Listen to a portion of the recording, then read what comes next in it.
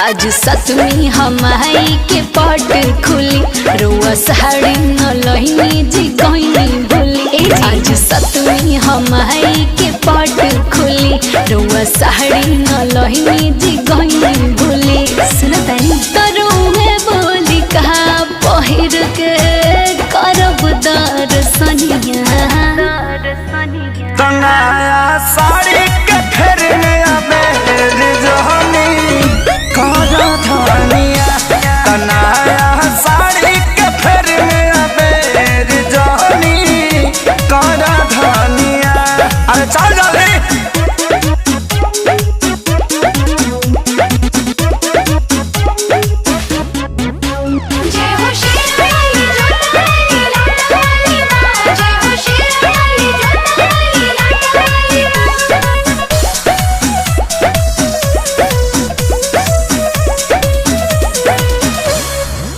कम से कम आज के दिन ना करते कंजूसी मन कहरता जाई हम रउआ से रूसी।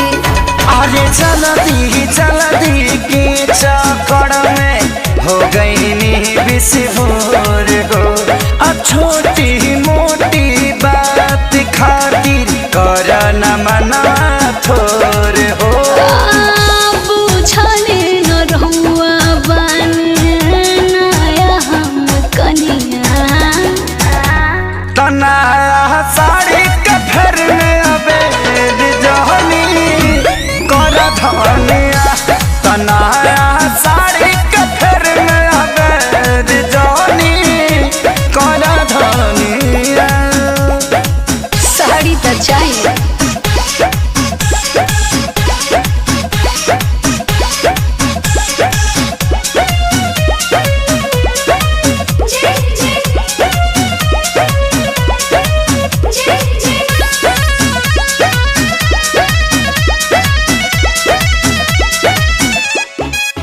बात बाटे देवी माई के एही से चलतानी न कहल दीना घर से आज सही कहतानी।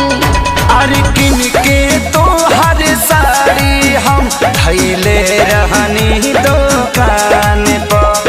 शौक न कर तू सोनू यादराज के ईमान पर। खा करी खेसारी रोशन बुद्धि देश महरनिया। तनाया साड़ी के भर में आबे जोहनी कर धनिया। नया साड़ी के भर में आबे जोहनी कर धनिया। गुस्सा थूक दो लेकिन चला माई के दर्शन करे।